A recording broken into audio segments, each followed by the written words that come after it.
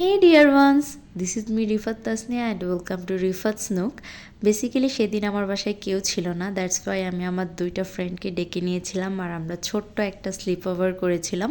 তো সেদিনের ভিডিওটাই আজকে আমি শেয়ার করব। আর ভিডিওটা কিন্তু অনেক আগের, আমি এতটাই অলস যে আমি এতদিন পরে ভিডিও এডিট করতে বসছি। ওকে, শুরুতেই ছিল রান্নাবান্না। আমি সারাদিন অনেক কাজ করে টায়ার্ড ছিলাম, তাই আমি ভাবছিলাম টুকটাক কিছু নাস্তা বানাবো, বাট ওরা আসার সময় অনেক নাস্তা নিয়ে আসছিল বাড়ি থেকে, চিপস, কোক, মানে অনেক স্ন্যাক্স নিয়ে আসছিল। দ্যাটস ওয়াই তেমন কিছুই আর করি নাই, জাস্ট একটু নুডলস বানাবো ভাবছিলাম, সেটাও ওরাই কিচেনে ঢুকে করে নিছিল, আমি জাস্ট এই জুসটা বানাইছিলাম। তারপর আমরা হাতে চা নিয়ে ছাদে চলে যাই, আর আমাদের ছাদ থেকে এয়ারপোর্টের এই রানওয়েটা দেখা যায়, আর একটার পর একটা প্লেন যাচ্ছিল, আমরা এগুলো এনজয় করতেছিলাম। এর মধ্যে ছাদে কিছু বাচ্চারা আসে যাদের সাথে আমরা খেলাধুলা করতেছিলাম, অনেক মজা করতেছিলাম।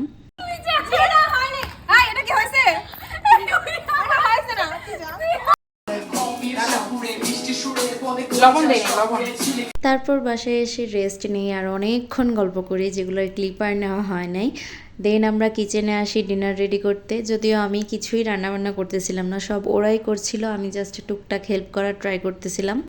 তারপর লেট নাইট ডিনার করে আমরা ভাবি যে আমরা মুভি দেখব, বাট মুভি দেখা তো একদমই হয় নাই, আমাদের এইসব দুষ্টামি হয়েছে, ফান হয়েছে, আড্ডা হয়েছে, যাই হোক। তারপরে আমরা বেস্ট একটা টাইম কাটাইছি, আর এইসব করতে করতে হয়ে যায় ভোর, আর আমরা ভোরবেলা ঘুমাতে যাই, আর এরকম ঘুম থেকে উঠি রাত 11টায়, ও সরি, সকাল 11টায়। অ্যান্ড নাও আমাদের ব্রেকফাস্ট রেডি করার পালা। অ্যাজ ইউজুয়াল আমার ফ্রেন্ডই ব্রেকফাস্ট রেডি করতেছিল, আর আমি এদিকে একটু চা বানাচ্ছিলাম। তারপর আমরা ব্রেকফাস্ট করি আর আবার গল্প করা শুরু করে দিই। আমাদের আড্ডা তো একদমই শেষ হচ্ছিল না, তো এর মধ্যে আমরা ডিসাইড করি যে আমরা সবাই শাড়ি পরবো, শাড়ি পরে ছবি তুলবো আর রিলস বানাবো।